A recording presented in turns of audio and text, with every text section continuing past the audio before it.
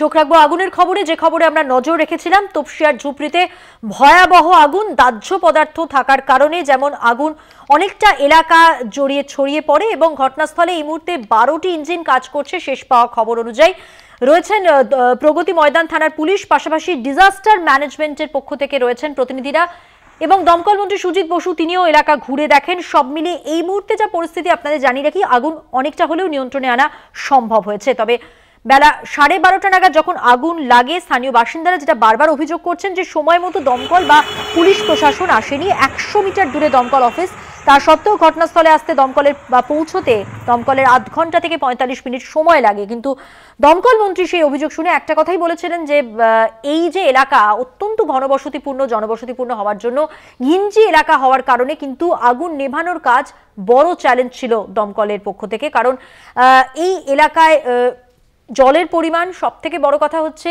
এত মানুষের বাস এখানে, সেই সঙ্গে প্রচুর পরিমাণে দাহ্য পদার্থ ছিল এবং সেই ভস্মীভূত হয়ে যাওয়া এলাকার ছবিও আপনারা দেখতে পাচ্ছেন। একের পর এক বিস্ফোরণ হয়, কারণ স্বাভাবিকভাবে এই সমস্ত এলাকায় যেমন প্রচুর পরিমাণে দাহ্য পদার্থ থাকে এবং বাড়িগুলিতে সিলিন্ডার থাকার কারণে আগুন লাগার সঙ্গে সঙ্গে সেই সমস্ত সিলিন্ডার ফাটতে শুরু করে। স্বাভাবিকভাবে আগুন অনেকটা এলাকায় জুড়ে ছড়িয়ে পড়ে। তপসিয়া এলাকার ছবি আপনাদের দেখাচ্ছি। বেলা 12:30 নাগাদ এখানেই আজ আগুন লাগে। আগুন এখন কিছুটা নিয়ন্ত্রণে। শেষ পাওয়া খবর অনুযায়ী আগুন এখন কিছুটা নিয়ন্ত্রণে।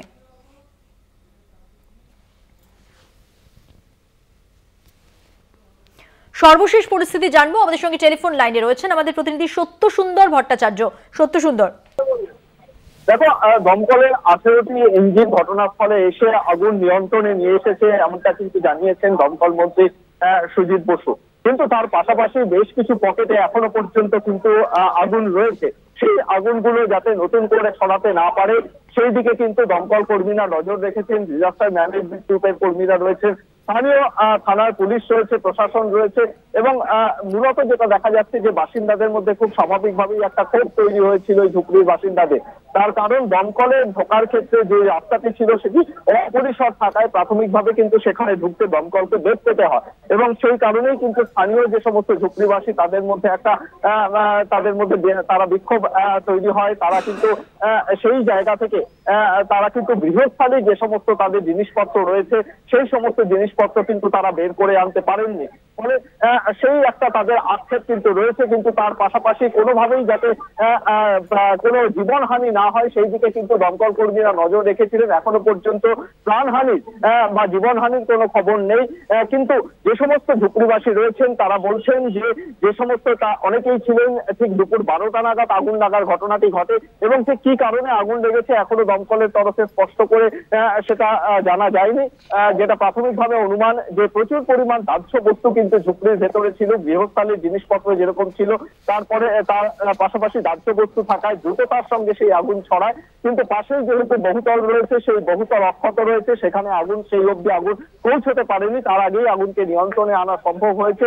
কিন্তু বাসিন্দাদের মধ্যে খুব স্বাভাবিকভাবেই তাদের চোখের জল, কান্না রয়েছে। তার কারণ অধিকাংশ জিনিসপত্রই কিন্তু তাদের পুরো আগুনের টেলিফোন শিখা পুরোটাই কিন্তু গ্রাস করে নিয়েছে। ফলে খুব স্বাভাবিকভাবেই সেই জায়গা থেকে তাদের একটা আক্ষেপ রয়েছে। পরবর্তী ক্ষেত্রে প্রশাসনিক তরফে তাদের কোনো সাহায্য করা যায় কিনা সে বিষয়ে চিন্তা ভাবনা করা হবে বলে জানিয়েছেন মন্ত্রী জাভেদ খান। ফলে সব মিলিয়ে স্থানীয় বাসিন্দাদের মধ্যে কিন্তু একটা আক্ষেপ রয়েছে। কিন্তু এখনো পর্যন্ত কিন্তু প্রাণহানির কোনো খবরাখবর হয়নি এবং আগুন নিয়ন্ত্রণে রয়েছে, এমনটাই কিন্তু দমকলের তরফে জানানো হয়েছে।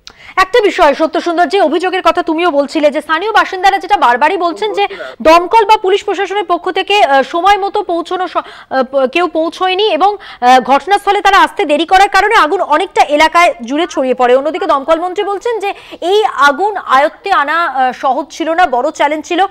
একটা বিষয়, এই আগুন আনার সময় বা আনার ক্ষেত্রে কি পদ্ধতি অবলম্বন করা হলো শেষ পর্যন্ত? কারণ এতটা ভয়াবহ আগুন, এতটা এলাকা জুড়ে, জল নেই, এরকম একটা অভিযোগ উঠছিল স্থানীয় বাসিন্দাদের মধ্যে। ঠিক কিভাবে আগুন নিয়ন্ত্রণে আনা গেল বা এখনো পর্যন্ত আয়ত্তে আনা কাজ চলছে? দেখো, দমকল মন্ত্রী সুজিত বসু স্পষ্টতই যেটা জানিয়েছেন যে দমকলের 18টি ইঞ্জিন পরপর সেখানে আগুন নিয়ন্ত্রণের কাজ সামলেছে।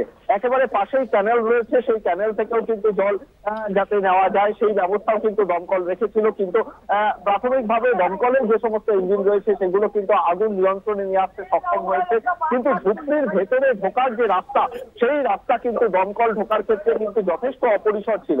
ফলে সেই জায়গায় আগুন নেভানোর ক্ষেত্রে কিন্তু প্রাথমিকভাবে দমকল কর্মীদের যথেষ্ট বেগ পেতে হয়। একেবারে সরু অপরিসর জায়গা, সেই জায়গা থেকেই কিন্তু সেই ঝুপড়িতে ঢোকার জন্য প্রয়োজনীয় ব্যবস্থা করা হয় দমকলকে। সেখান থেকে ক্রমাগত জল দিয়ে কিন্তু একেবারে টানা ঝুপড়ি লাগোয়া যে আরো একটি ঝুপড়ি রয়েছে সেটিও কিন্তু আগুনের তীব্রতা এতটা ছিল, পুরোটাই কিন্তু আগুনের গ্রাসে চলে আসে। ফলে গোটা আগুনকে নিয়ন্ত্রণে আনা প্রাথমিকভাবে দমকলের কাছে যথেষ্ট কষ্টসাধ্য ছিল, জায়গাটা অপরিসর হওয়ার কারণে। কিন্তু শেষ পর্যন্ত আগুনকে নিয়ন্ত্রণে নিয়ে আসা সম্ভব হয়েছে। কিন্তু ক্ষয়ক্ষতির বিষয়টা কত হয়েছে সেটা পরবর্তী সময় ঝুপড়িবাসী বা তাদের কাছ থেকে কথাবার্তা বলে তাদের জিজ্ঞাসাবাদ করে গোটা বিষয়টি জানা যাবে বলে দমকলের তরফে জানানো হয়েছে। পুলিশ প্রশাসন রয়েছে নতুন করে যাতে আগুন থেকে বিপত্তি না হতে পারে সেই কারণে যে সমস্ত পকেট ফায়ার গুলো রয়েছে সেগুলোকে কিন্তু কুলিং প্রসেস করা হচ্ছে। কিন্তু ঝুপড়িবাসীদের মধ্যে যথেষ্ট আক্ষেপ রয়েছে যে তাদের যে সাজানো সংসার, তাদের যে গৃহস্থালীর জিনিসপত্র, সেই সমস্ত জিনিসপত্র কিন্তু একেবারে পুরো খাট হয়ে গিয়েছে।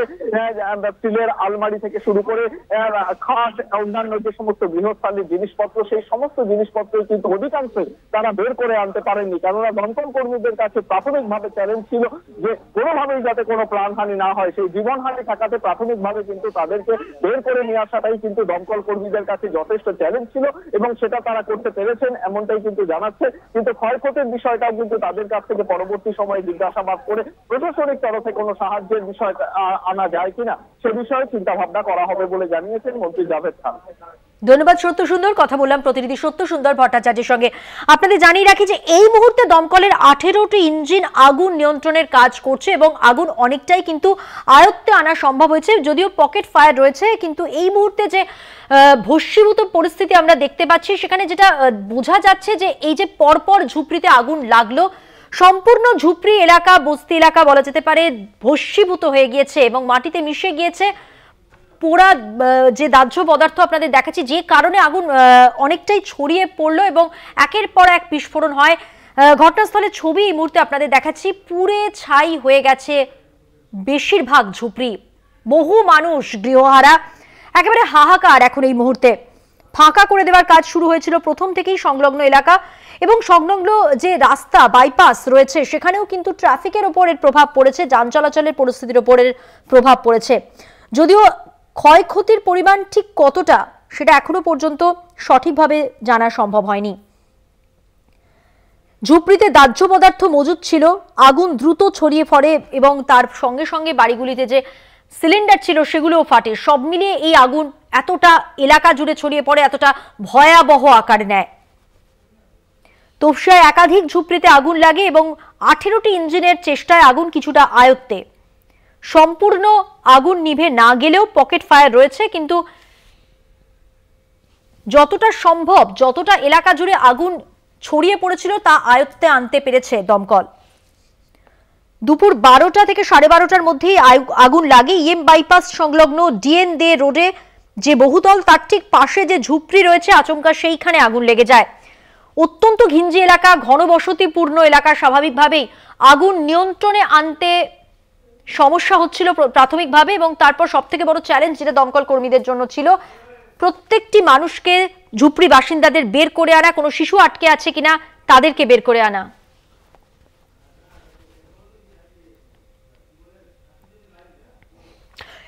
শেষ খবর জানবো, সর্বশেষ পরিস্থিতি জেনে নেব। আমাদের সঙ্গে ঘটনাস্থল থেকে রয়েছেন আমাদের প্রতিনিধি শাশ্বতী রায়। শাশ্বতী, এই মুহূর্তে কি দেখছো তুমি? মধুমন্তী, একটা বিভৎস ছবি দেখাই। একেবারে সদ্যজাত শিশু তারা কার্যত রাস্তায় রয়েছে এবং নিজেদের শেষ সম্বলটুকু যারা বাঁচাতে পেরেছেন তারা কিছুটা হলেও বাইরে এনতে পেরেছেন। আমরা এই মুহূর্তে বস্তির একেবারে বাইরের অংশে রয়েছি।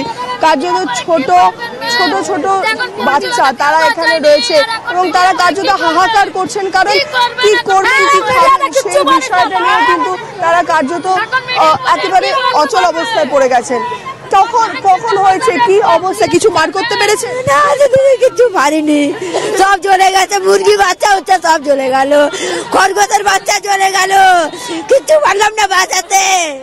দেখো এই হাহাকারের ছবি কিন্তু চারিদিকে, এবং কার্যত নিজেদের ছোট ছোট বাচ্চাদের নিয়ে তাদের নিজস্ব কিছু জিনিস নিয়ে হয়তো বেরোতে পেরেছেন, তারা এই অংশে মজুদ করেছেন। কার্যত এই মুহূর্তের ছবিটা দেখাবো আমি তোমাদেরকে, এবং তারা অসহায়ের মতন রাস্তায় বসে রয়েছেন, কারণ তাদের সেই সম্বলটুকু সেটা কিন্তু সম্পূর্ণভাবে ধূলিসাৎ হয়ে গেছে, ভস্মীভূত হয়ে গেছে। সেই ছবি আমি তোমাকে ভেতরে দেখিয়েছি যে পুরো বস্তিটি প্রায় 122টির কাছাকাছি ঘর, সেগুলো কিন্তু কার্যত জ্বলে পুড়ে খাক হয়ে গেছেন।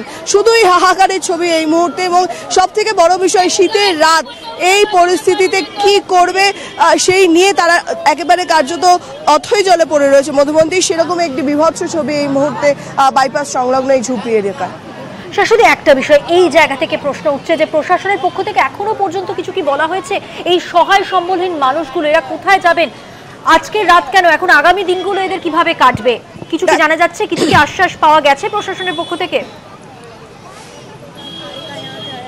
দেখো, আমরা যখন সুজিত বসুর সঙ্গে কথা বললাম, তিনি বললেন যে আগে আগুন নিয়ন্ত্রণ করা হোক, তারপর পরবর্তী ব্যবস্থা নেওয়া হবে।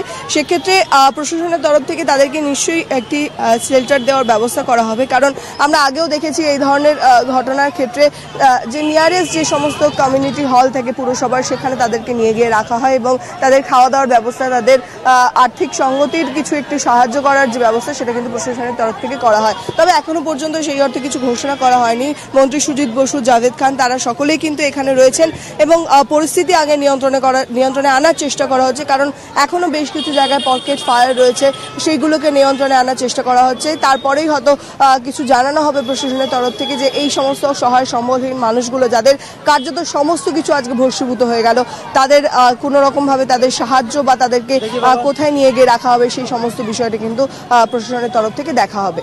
শাশুড়ি, তুমি ঘটনাস্থলে আছো, দমকলের 18টি ইঞ্জিন আগুন নিয়ন্ত্রণের কাজ করে চলেছে।